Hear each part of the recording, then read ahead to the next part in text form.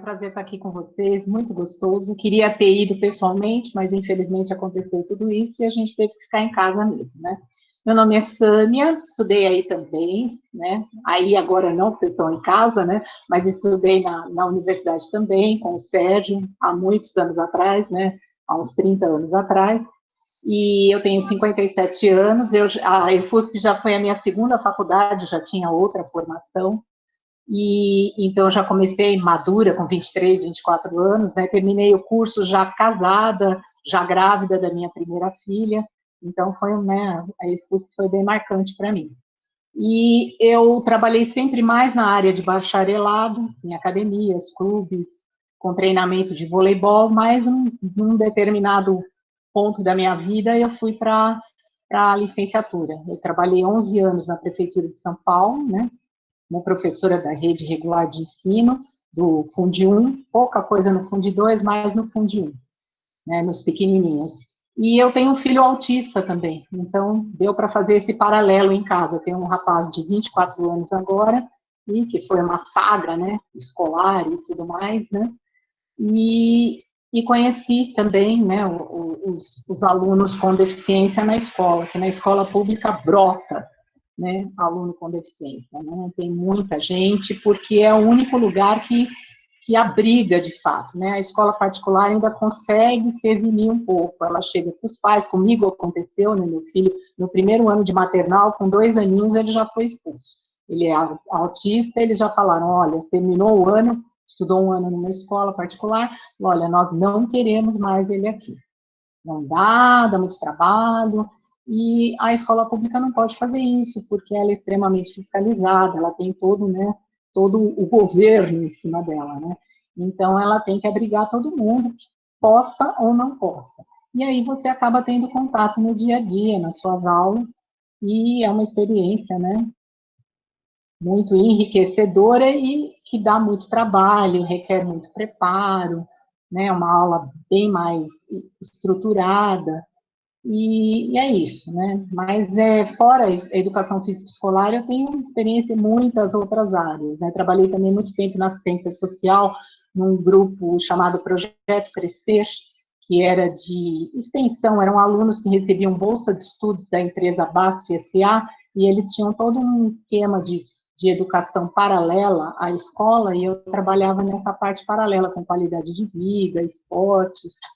Foi muito interessante também, e tinha também uma porcentagem de inclusão, onde eu tive bastante contato com alunos já adultos, jovens ou adolescentes, também com necessidades especiais, né? E é isso, né?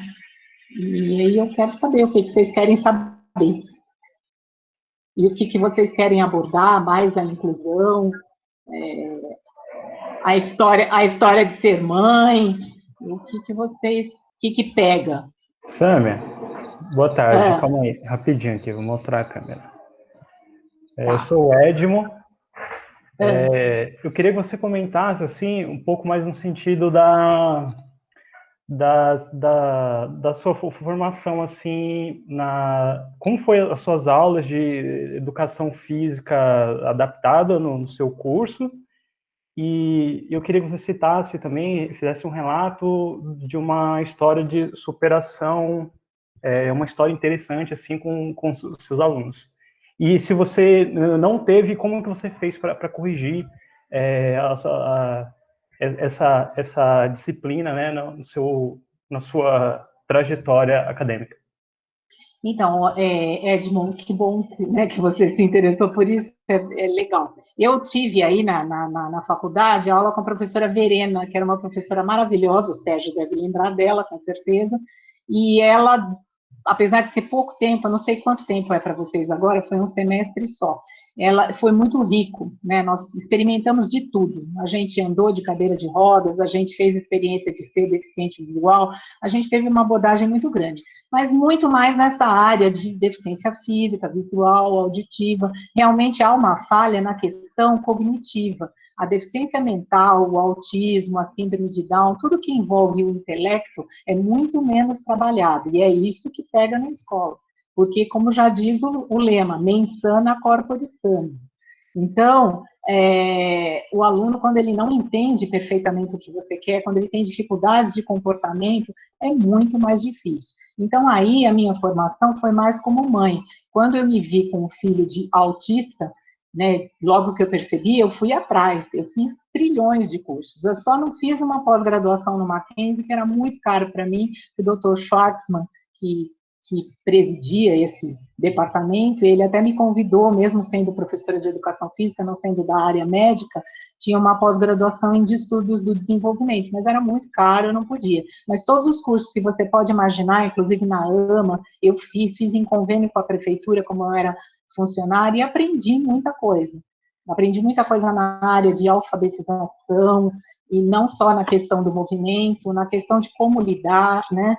E principalmente com esses embates assim emocionais, de comportamento, as comunicações. Meu filho não fala, ele tem uma pasta de comunicação, e muitas outras crianças também têm dificuldade na comunicação. E se você estabelece um mecanismo através de figuras, agora a gente tem os tablets também para fazer essa comunicação, é sensacional. Você já imaginou uma criança, ela quer ir ao banheiro, ou ela quer alguma coisa que ela não sabe te expressar, isso já causa um transtorno muito grande.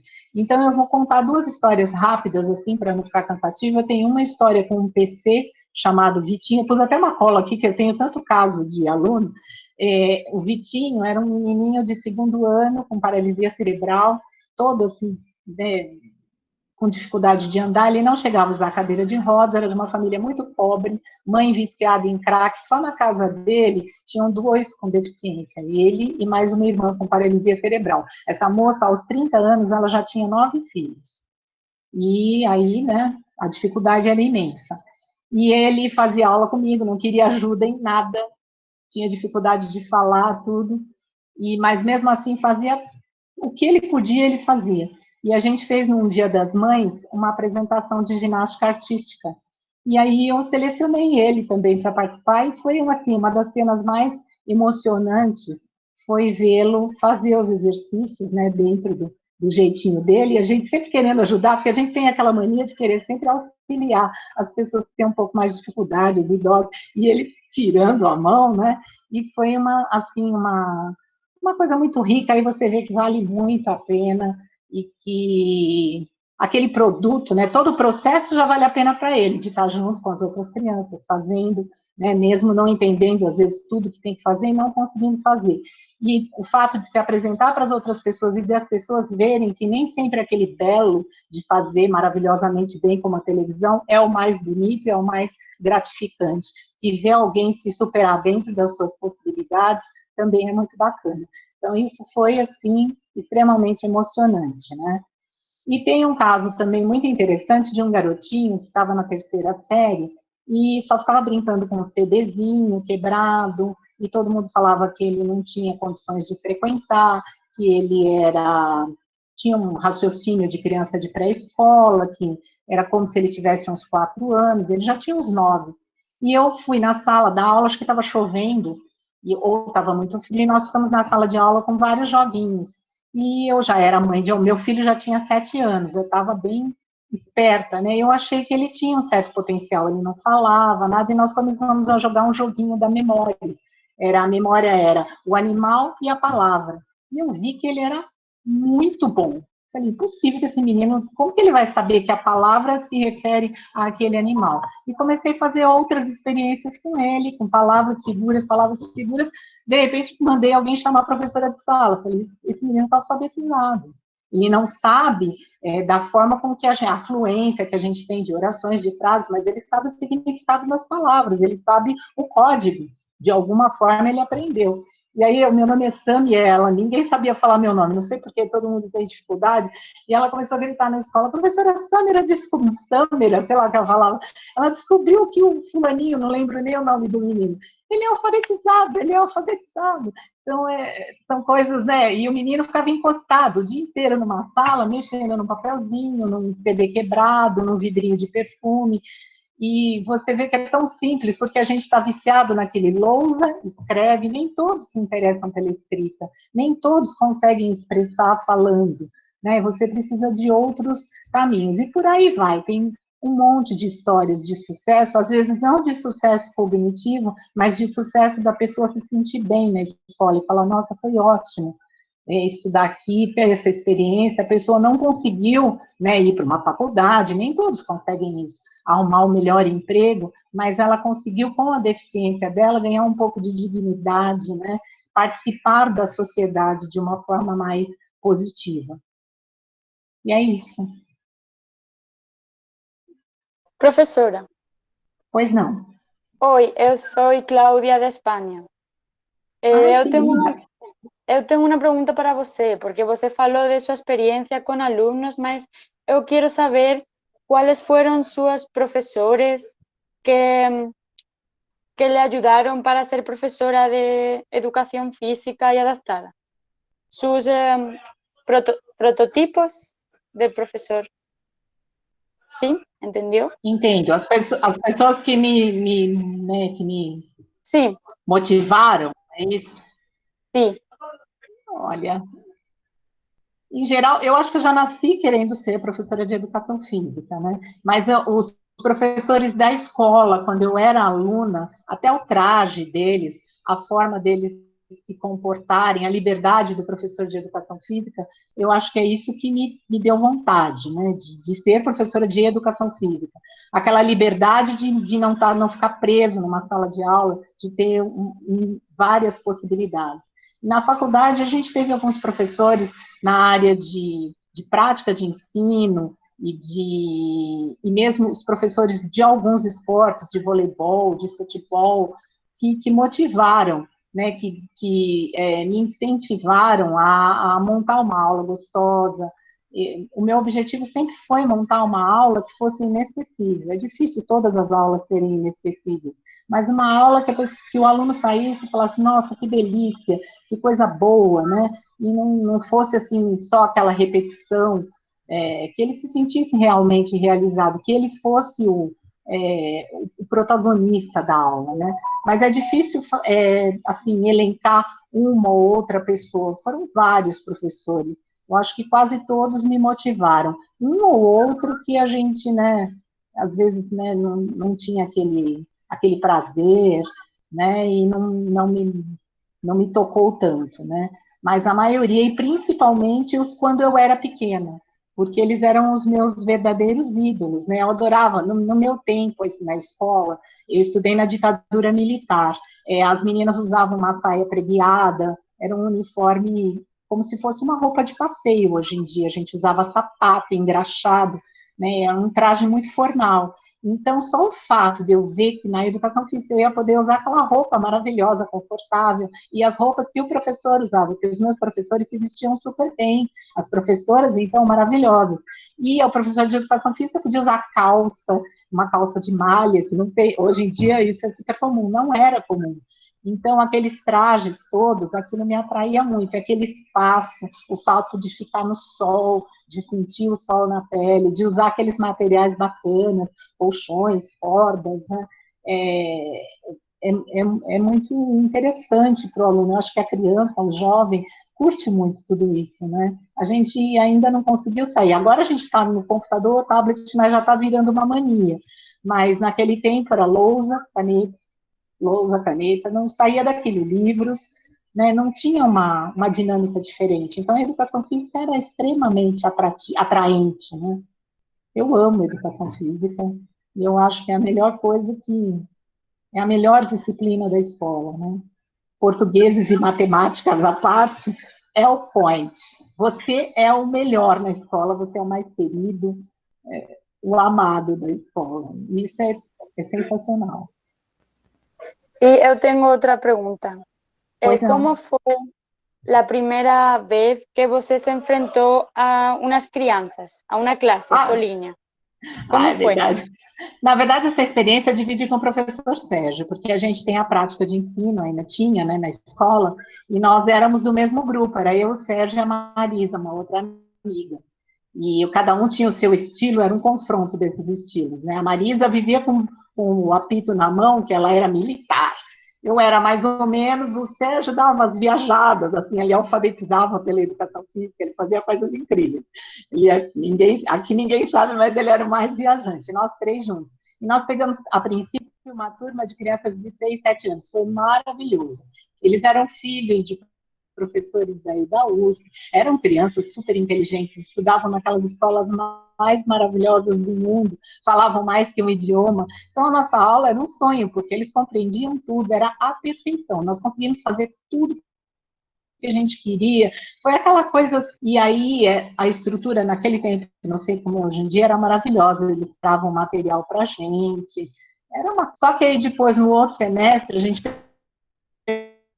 pegou adolescentes, e já era o pessoal da comunidade, que vinha para a escola, que já tinha mais dificuldade, aí a gente já começou a sofrer, porque não era tudo que a gente certo, nós começamos a ter, foi assim, um estágio mesmo para a vida prática. E na vida prática, a primeira vez que eu dei uma aula numa escola, foi numa escola pública da Zona Leste, que eu escutei até o barulho dos alunos pisando, bam, bam, bam, bam, vindo para a sala, e foi uma experiência assim, muito ruim. Ninguém tinha tênis quase, aí eu tive que fazer uma reunião, começar a conscientizar da importância de usar meia, tênis, não usar sandália, chinelo, etc.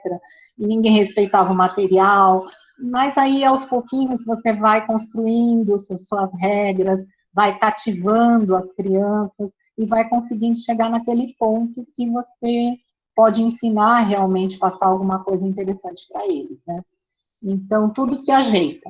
Mas as primeiras experiências são, às vezes, um pouco catastróficas, né, dentro de uma escola, né? Não é nada muito perfeito. Aí você tem que correr atrás do material, e não tem isso, não tem aquilo. Você é um eterno adaptador, né? Você tem que ter uma criatividade muito grande. Mas, em geral, foi assim. Ainda bem que a primeira experiência lá na prática de ensino realmente foi perfeita. Então, deu aquele estímulo. Mas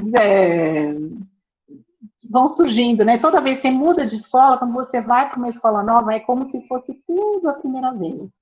Né? A única diferença é que você já tem uma experiência anterior, mas é sempre uma coisa nova, né? É difícil. Todo ano vem turmas novas, né? E outra perguntinha que me surge quando você falou que cada ano é diferente. ¿Você sempre tem na mente uns valores que quer transmitir ou vai cambiando com a turma? Eu sou meio metamorfose ambulante, mas eu tenho alguns valores básicos, sim, algumas coisas que eu, né, dentro da escola também tem o projeto da escola. Hoje em dia, a maioria das escolas tem um projeto paralelo com alguns assuntos que ela quer discutir, além dos seus conteúdos. Mas eu tenho uma linha de educação física que é bastante sala de aula, conceituando tudo, eu não curto isso.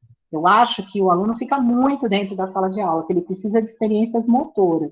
Tá? Mas, por outro lado, também não precisa só jogar futebol, etc. Tem alguns esportes que são ficam muito em evidência. O ideal é que o aluno consiga conhecer tudo. Eu já dei até bocha na minha aula. Os esportes eu tinha um mês só para trabalhar esportes populares, inclusive pipa. Nossa, isso dava uma polêmica na escola, né? O fato de empinar um papagaio, ou de brincar com uma boneca de casinha, de jogar taco, alguns jogos mais populares, causava uma certa polêmica, mas eu acho importante o máximo de diversificar ao máximo, né?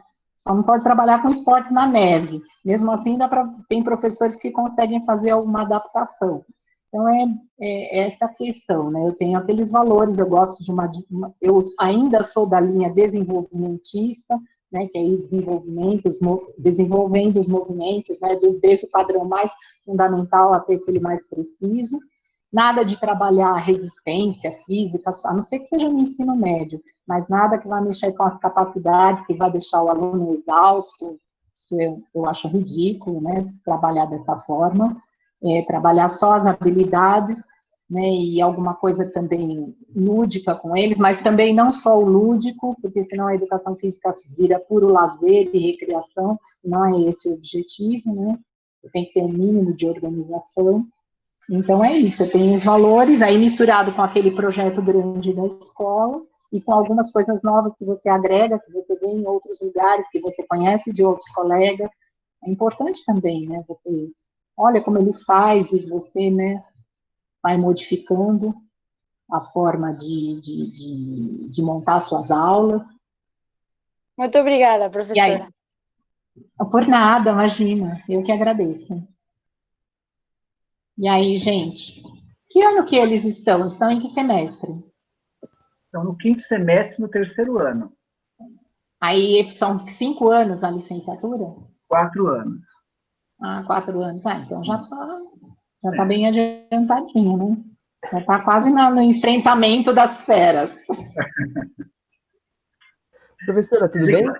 Vai, Felipe. Você vai falar Oi, tudo bem. Pode falar, né? Não vou, pode falar. Sâmia, tudo bem? Eu queria saber se o seu primeiro contato com necessidades especiais foi com seu filho ou se você teve algum contato antes. Eu acho que antes, 96. Não, eu não tive. Eu tive contato antes, assim, mas não como professora, não. Eu já tinha me formado quando meu filho nasceu. Uhum. Eu tinha tido algum contato com deficiência, mas de adulto, em academia, que não tinha alguma dificuldade, mas é completamente diferente na hora que você encara na escola. A minha felicidade, né, ou infelicidade, foi depois de eu conhecer meu filho, porque isso mudou totalmente o meu olhar. A gente fala que não existe preconceito, mas a gente tem um preconceito. Você quer uma sala homogênea, perfeita, é muito mais fácil de dar aula, e queira ou não, você sempre pensa, ai meu Deus, lá vem aquela sala, tem o fulano, tem o ciclano, que é difícil de trabalhar, a gente tem que reconhecer as nossas dificuldades. Mas aí, é importante para mim foi ser mãe, porque eu falo, será que estão pensando a mesma coisa em relação ao meu filho, né? E aí isso me deu um amor, porque você precisa amar, até aquele aluno mais chato, aquele aluno mais difícil, é só no amor mesmo que você vai conseguir atingir e fazer ele feliz e você feliz também, né? É uma consequência.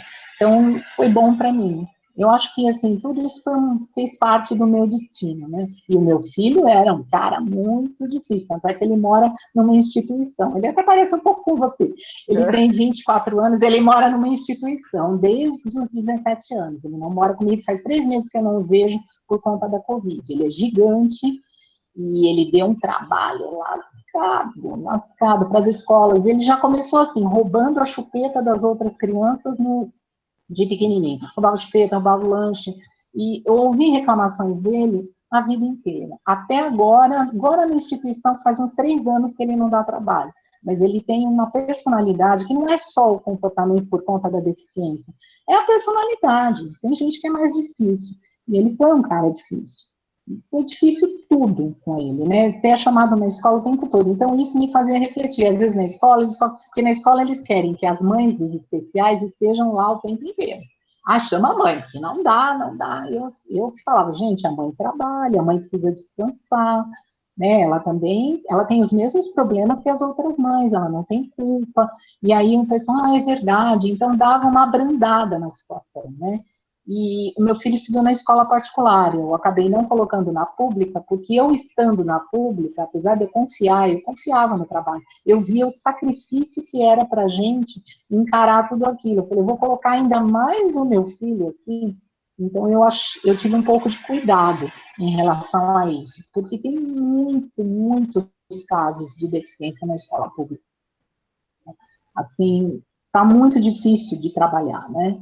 E não tem ajuda, né? O que falta na escola é ajuda, é gente para ajudar, né? Falta um estágio, alguém que te auxilie, porque com auxílio, com conhecimento, dá para levar. Talvez não no período integral, né? E também tinha isso. Isso também, tudo do meu filho ajudava. Eu sabia que ele não aguentava 5, 6 horas numa escola de jeito nenhum, sentado.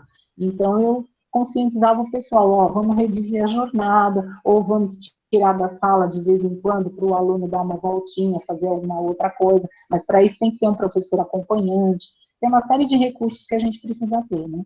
Então, realmente, essa primeira experiência foi... E o meu olhar também ficou diferente, porque você, às vezes, o deficiente, ele fica invisível para você. A partir do momento que você tem na sua casa alguém diferente, com um comportamentozinho peculiar, atípico, você passa a reconhecer. Você fala, olha, aquele menino é um pouquinho diferente. Será? Será que tem algum probleminha? Por que será que não fala? Será que é dificuldade na fala? Será que é timidez? E etc. O teu olhar muda totalmente, né? Não adianta. É assim, a gente só toma consciência quando está na casa da gente mesmo, né? É isso, é. Você me fez querer fazer mais 2 perguntas, professora. Pode falar. Com o que você falou, que as pessoas sempre queriam que você estivesse lá por causa do seu filho, você acha que era mais falta de preparo dessas pessoas ou era mais um preconceito?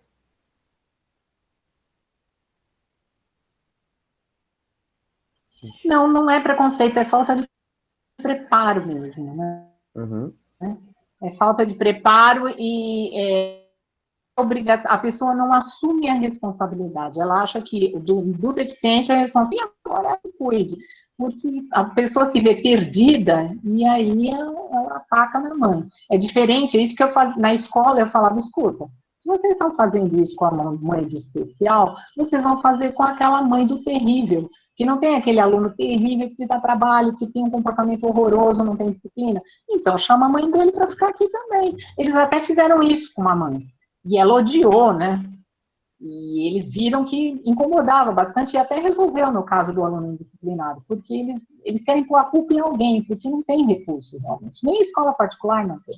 Precisa ser, alguns casos, o autismo mesmo, ele é bem obscuro e pouca gente conhece. Hoje em dia que tem alguns profissionais bons, formados, tem o ABA, que é um sistema de lidar, né, que é um sistema terapêutico muito eficiente, mas no tempo do meu filho pequeno mesmo, pouca coisa de recursos tinham. Não tinha muitos médicos, muitos psicólogos especializados.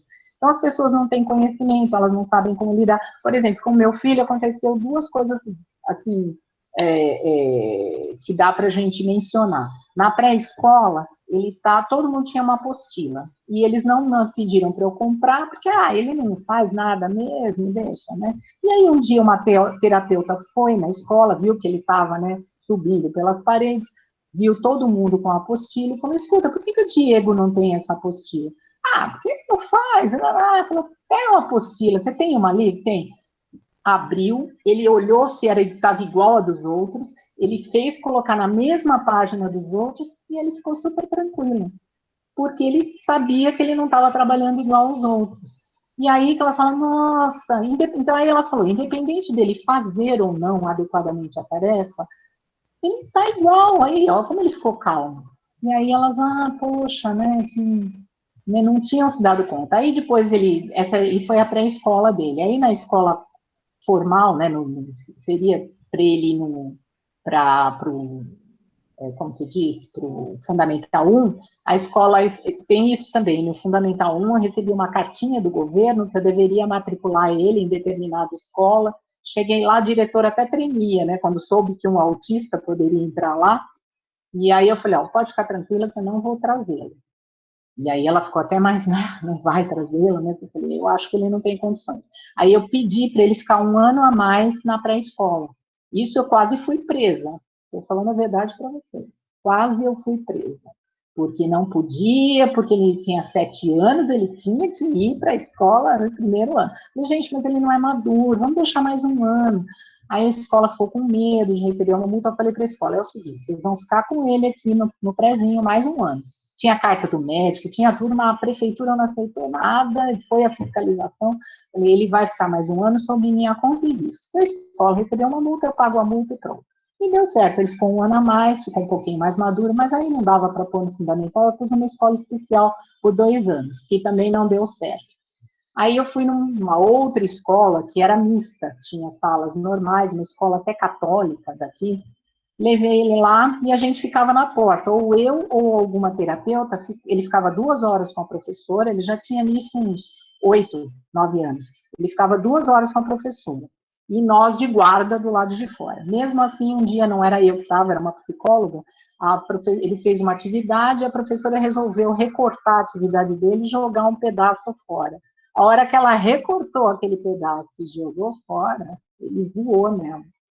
E aí ela teve que ser socorrida pela psicóloga, a conclusão que ele foi 2 semanas, eu nem paguei essas 2 semanas, eu nunca mais apareci na escola, mandei só uma carta de agradecimento, e aí, você vê, são coisas simples, Mas aí depois eu fui para uma outra escola especial que acabou dando certo por alguns anos, né? E são coisas pequenas, mas sem conhecimento, sem um amparo, né, sem um suporte, eu acho que o certo seria as escolas terem convênios com as universidades e pegar já o pessoal pós-graduando em algumas áreas e para fazer um trabalho junto. Porque não adianta, eles pegam nas escolas o que acontece hoje em dia, só para vocês saberem. Tem um estagiário de pedagogia, de psicologia, de algumas áreas, que cuida dos especiais. Ou alguém que fez um curso de acompanhante terapêutico. E é muito pouco. E aí você se vê uma pessoa de 20, 21 anos com uma criança ou um jovem dando um trabalho desse, não dá para segurar a onda. Tem que ser uma pessoa experiente, que já tem um número de casos que ela já tem atendido. Por isso que é importante o convênio com as universidades, né? Seria fantástico. Então, é isso que pega. E a outra pergunta que eu tinha, professora, já como professora, teve algum caso que fez até você repensar a profissão? Ah, nunca, nunca. Eu vim chorando para casa inúmeras vezes, por diversas razões. Por injustiça com pais, a gente às vezes é muito injustiçado pelos pais, vocês vão passar por isso, e por não ter conseguido fazer alguma coisa em relação a algum aluno, né, por ter deixado algum aluno triste por alguma razão. A educação física, ela causa alguns sofrimentos, algumas angústias, algumas frustrações, porque tem o fato de perder e ganhar algumas vezes, por mais que não seja competitivo, o aluno queria muito participar de alguma coisa e não participa. Então, eu já vim chorando muitas vezes para casa, mas nada que me fizesse querer parar de dar aula. Eu até parei, né, eu exonerei meu cargo da prefeitura, mas por outras razões, por razões pessoais, por conta do meu filho, etc., por ter uma oportunidade de ganhar um salário melhor, por outras razões, mas foi o maior luto da minha vida. Eu tenho 2 lutos na minha vida. Um é sair da escola, foi em 2012, e o outro é a internação do meu filho numa instituição, porque eu não tive outra forma de resolver o assunto, né? Então, foram 2 lutos. Mas nada, quando você gosta mesmo, o que você pode fazer é mudar de escola. Tem escolas que realmente não tem como trabalhar, a direção não está interessada em melhorar, a comunidade não está interessada num trabalho diferenciado, mas você vai mudar e você vai achar um lugar que encaixa direitinho com você, e se você gosta muito, você não sai nunca mais. Você aposenta fazendo aquilo, e é gratificante demais. Não tem nada que... Não me arrependo de nada, de nenhum detalhe, né? Entendi. Obrigado, professora. De nada, imagina. Imagina. Você Fala, falou sobre o segundo luto na sua vida, né? Você já me contou um pouco ano passado para os alunos de bacharelado. Em que medida que aconteceu a necessidade de você ter que colocar seu filho num outro espaço que não fosse em casa? Em que circunstâncias isso aconteceu em casa com você? Foi muito pesado mesmo.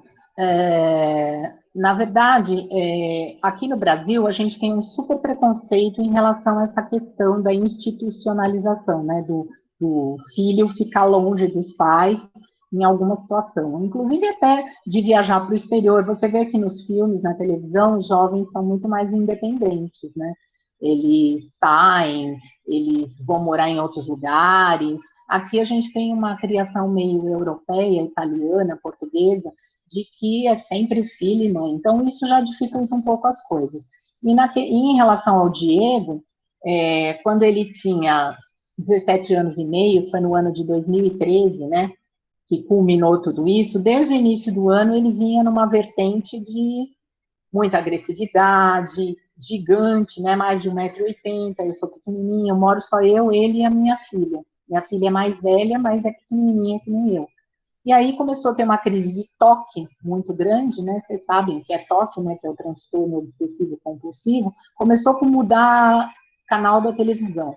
Ele queria toda hora, dava o controle para a gente, queria mudar o canal, mudar o canal, e não contente com isso, ele começou a arrancar a televisão de onde ela estava e mudar de lugar também. Aí era aquele caos, né? Porque aí tem decodificador, jogava os controles pela janela, trocava de roupa milhares de vezes por dia, tomava banho muitas vezes, mexia em todas as gavetas. O toque dele era de desorganizar as coisas. E na escola começou a dar problema também, era uma escola especial, mas eles são assim. Escola especial, mas se deu problema, a culpa é da mãe, sempre assim. Até um dia, as coisas foram complicando, ele tinha um corpo terapêutico muito bom, eu sempre paguei bons profissionais, mesmo porque não era eu que pagava. Eu processei a Sul América em 2001, e eles pagam aqui tudo que eu preciso na área médica e na área terapêutica. Eu tive 2 grandes processos, eu processei a Sul América, logo que ele era pequenininho, o processo, e eu processei estadual agora, a mensalidade dele lá. Então, eu nunca paguei, a escola particular também, o governo pagou para mim, tem algumas, eu fui atrás de todos os direitos que eu tinha, graças a Deus, foi uma época em que a gente conseguia tudo, hoje em dia está um pouco mais difícil. E aí a escola já me ligou, falando, amanhã ele não vem mais, o que eu vou fazer, como é que eu vou fazer para trabalhar, para tudo, sozinha? E aí a gente pesquisou uma série de lugares, não tinha um lugar ideal, não tinha o que fazer, porque ele tinha 17 anos e todas as internações eram acima dos 18. Eu queria internar ele num hospital para ele tomar alguma medicação, para ele dormir, porque ele passou meses sem dormir, e ele ia acalmar e a gente recontinuar tudo, só que não tinha essa possibilidade. Né? Apesar de ser um médico super influente, o médico dele é da Unifesp, e não conseguia nada. Estava no desespero, a escola falou, amanhã não tem mais, e aí eu tive que interná-lo, a princípio, no CAISM de Vila Mariana. Eu nem sei bem direito o que é isso, é um centro de atendimento mental, que eu fui lá, ele pertence à Santa Casa, mas era um pronto-socorro. E aí eu internei ele lá, destruindo tudo daquele jeito, amarraram ele, né? Ficou com remédio o dia inteiro, eu fiquei com ele, porque ele é menor, e eu vi ali dentro, que era horrível, por sinal, só tinha gente realmente com problemas mentais muito grandes, que não ia sair dali, não tinha para onde ir, não tinha o que fazer. E os próprios médicos me chamaram e falaram, mãe, vai ter que dar um jeito, porque aqui ele não pode ser transferido para nenhum hospital por causa dos 17 anos. Não vai melhorar, vai ficar amarrado. Soltava ele, ele começava a destruir tudo de novo. Aí consegui uma indicação de uma clínica na Granja Julieta, dessas de drogados super top, que os pais têm uma grana lascada. E lá ele ficou 10 dias, foi horrível, gastamos uma fortuna, que pagava por dia, chiquérrima, mas eles também não tinham o mínimo domínio com ele não tinha, né, não tinha condições, eles tiveram que pagar uma pessoa a mais só para ficar com ele, ficou 10 dias ali até eu conseguir esse lugar onde ele está hoje, que é uma residência assistida em Atibaia, que é tipo uma casa, né, que não tem médico, nada, mas é um local adequado para eles ficarem. E aí ele ficou lá.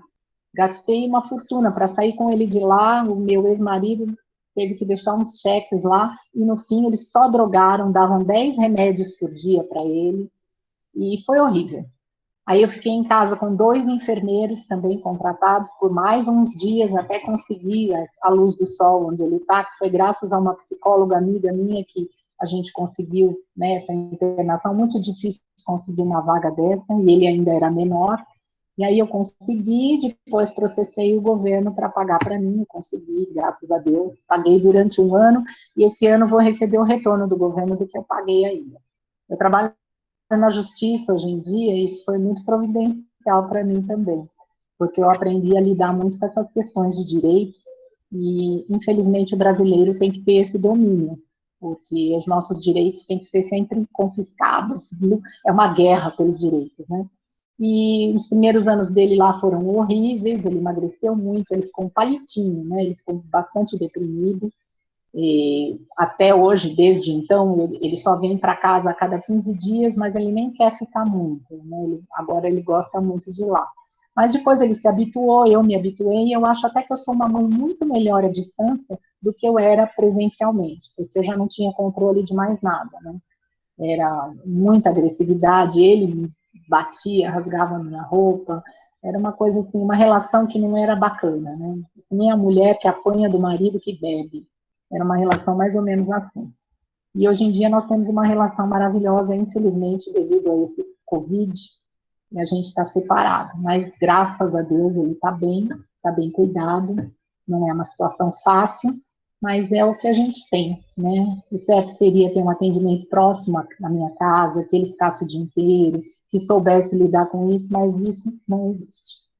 Isso aqui, no Brasil, com todo o dinheiro do mundo, você não consegue isso, infelizmente. Então, a gente tem essa solução da residência, e que custa muito caro, para conseguir esse pagamento é muito difícil, mas, graças a Deus, no nosso caso, deu tudo certo. Eles não vão falando, aí eu vou entrando um pouco. Eu queria que você contasse, eu contei um pouquinho para eles sobre o trabalho com autista, teve também um especialista que veio, e você citou um pouquinho do que o Diego não fala, que ele usa uma pasta de... A pasta de comunicação é uma pasta do PEX, é um sistema internacional. Essa pasta custa muito caro, geralmente a gente faz em casa.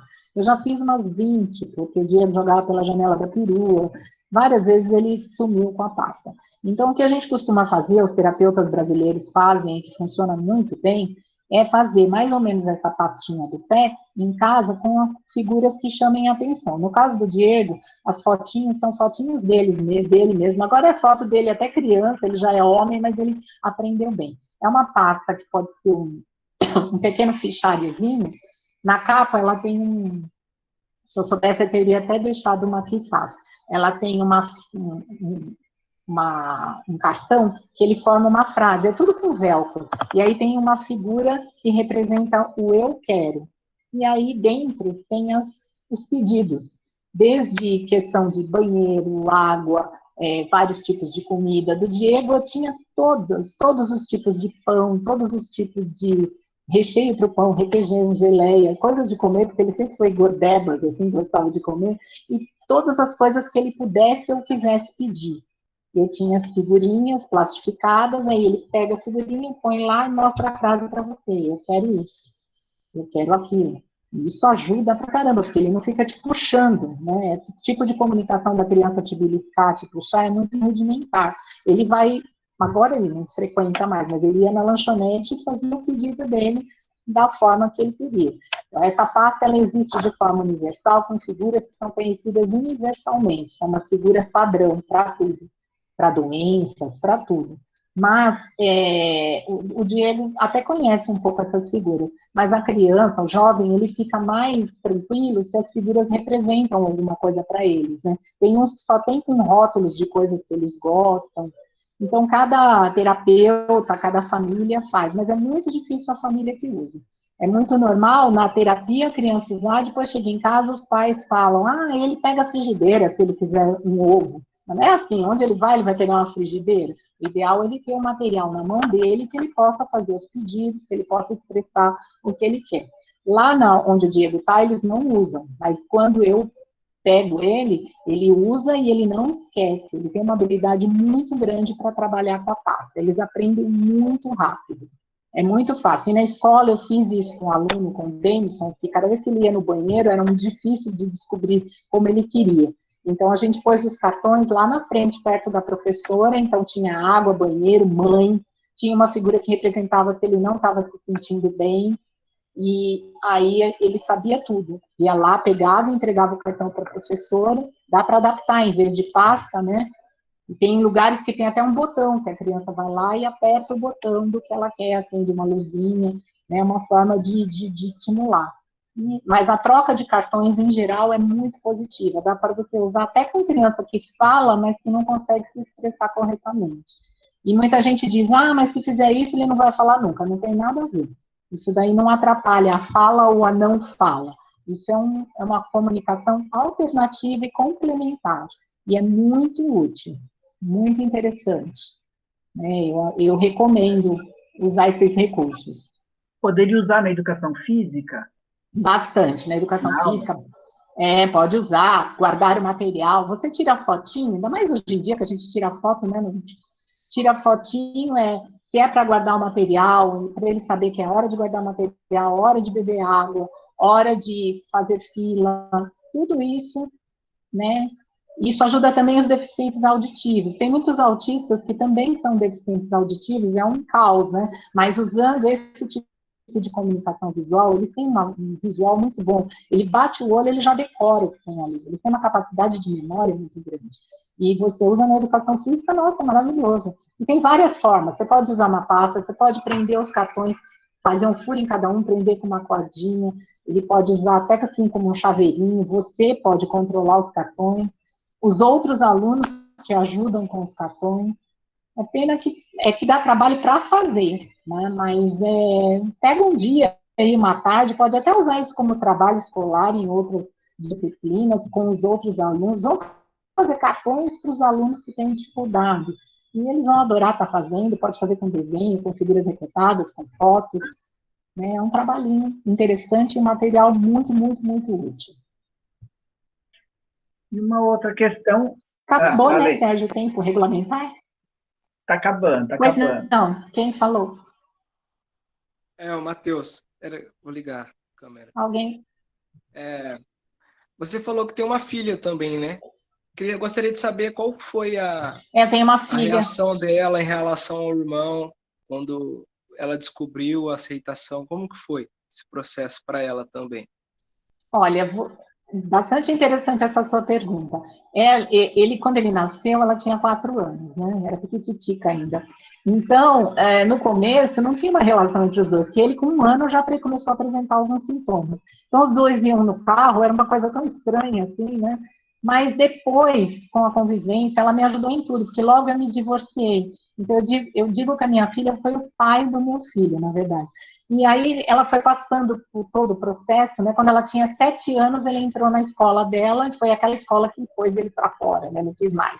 Com 2 anos ele foi expulso. E aí ela já começou, com 7, 8 anos, que ele já era maiorzinho, ela já começou a ajudar a cuidar, a proteger, e ela foi evoluindo, né? Mas no começo era um caos, né? Eu falava, nossa, os dois parecem que não se conhecem.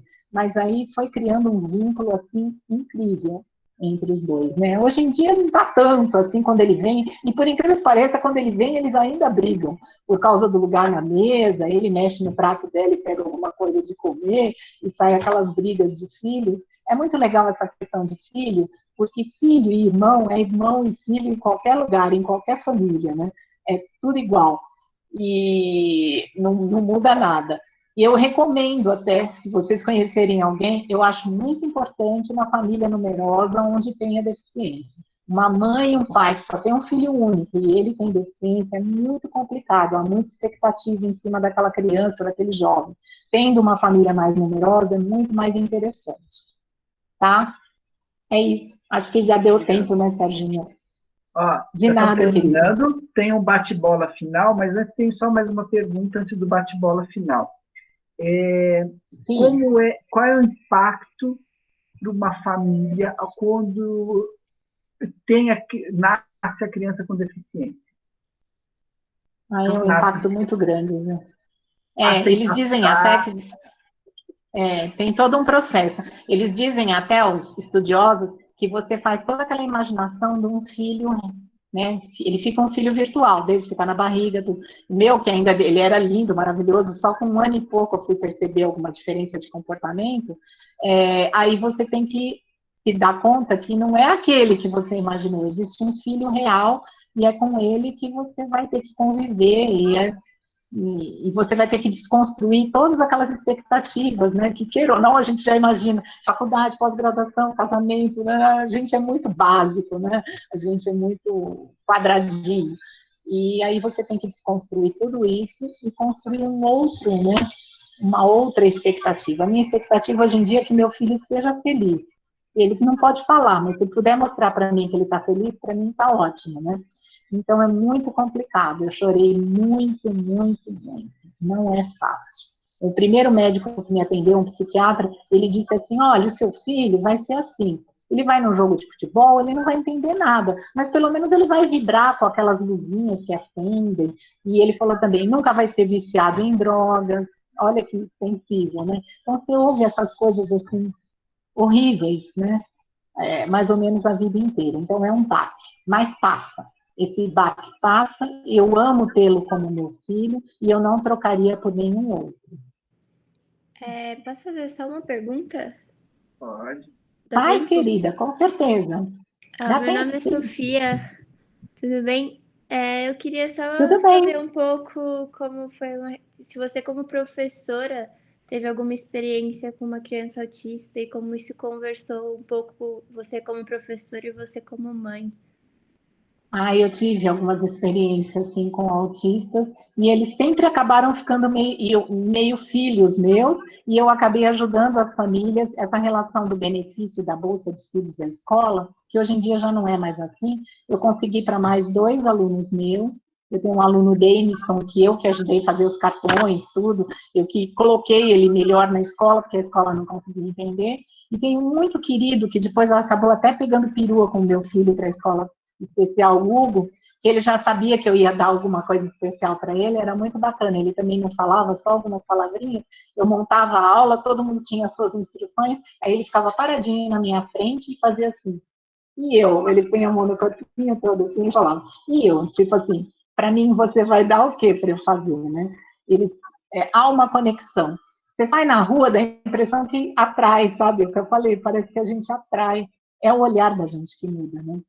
Muda muito. E eles acabaram se tornando queridos, que eram como se fossem meus filhos, né? Como eu queria que tratassem o meu filho.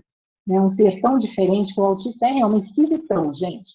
Mas é igual, né? Criança, quer carinho do mesmo jeito. É que quando falta a comunicação, eles têm realmente um jeito diferente. Se vocês puderem algum dia, vocês já devem ter assistido na Netflix, muitos de vocês, assistam Atypical. É a melhor série e a que mais aborda esse assunto, apesar dele ser super desenvolvido, né, nem todos são daquele jeito, é aquela que aborda com mais seriedade o assunto. Que a maioria dos filmes e das séries são horríveis, autismo não é nada daquilo. Mas é isso. Então, vamos para o nosso bate-bola final agora. De nada, querida. Eu falo e você responde sem muito pensar. Sim, senhor. Vamos lá. Tá, pode falar. Lembrança a ser apagada. Lembrança a ser apagada? Peraí, que caiu meu fone. A internação do meu filho no pronto-socorro psiquiátrico. Lembrança a ser guardada. A formatura do do meu pituco. Eu vou falar só do Diego. Quem é a Sâmia? Quem é a Sâmia? Gente, eu sou professora. Eu sou isso. Faria tudo de novo? Do mesmo jeito. Quais são suas forças? Quais são as minhas forças? A saúde e a vontade de viver. Esperança. Que a gente tenha mais momentos felizes do que momentos não felizes. Um país. Oi? Um país. Brasil. Família. É tudo. Nem sempre é aquela pai, mãe, filho. Pode ser só cachorro, gato, porteiro do prédio, mas família é família. Educação física. É a the best. Esporte. Esporte é maravilhoso, gente. Desde jogar bolinha de gude até o mais alto nível. Você alcançou os objetivos que você tinha em relação à educação física como professora? Alcancei. Alcancei até mais do que eu pensava. Um sonho daqui para frente na vida? Montar uma empresa de assessoria que cuide das ovelhas perdidas, dos idosos, das pessoas que possuem doenças diferentes, das pessoas que não conseguem ser melhores em muita coisa. E para atender, né? Um recado para esses alunos e alunas que estão no curso de educação física. Não deixem essa profissão. Não vão fazer educação física e depois fazer outras coisas e fazerem outras coisas. Eu não posso falar muito porque eu sou escrevente no Tribunal de Justiça, mas eu continuo como professora, eu dou aulas de noite. Então, continuem sendo professores até o final. Não vale parem. a pena. Vale muito a pena. É o que você vai guardar de mais incrível no seu coração. São as melhores lembranças. Obrigado pela participação, Sâmia. De nada, eu que agradeço. Obrigada. Agora vocês conheceram a minha parceira de faculdade, não tem? Qualquer dia vocês me deixam contar tudo. Quer dizer que eu era uma sonhadora? A gente não saía da piscina do CPUSP. Em setembro a gente já estava bronzeado. Eu acho que eu vou cortar a gravação agora. Corta. De cobertor a gente ia, porque estava frio, mas a gente queria ficar no sol, então a gente levava cobertor. É verdade, a gente tinha de toalha e cobertor, né? A gente se cobria quando o sol sumia e depois descobria quando o sol aparecia. Exatamente. Sâmia, mas a obrigado. gente levava as tarefas junto, quando não voava. De nada. Beijo para vocês. Beijinho. Obrigado, viu, Deus e Pai. Tchau. Obrigada.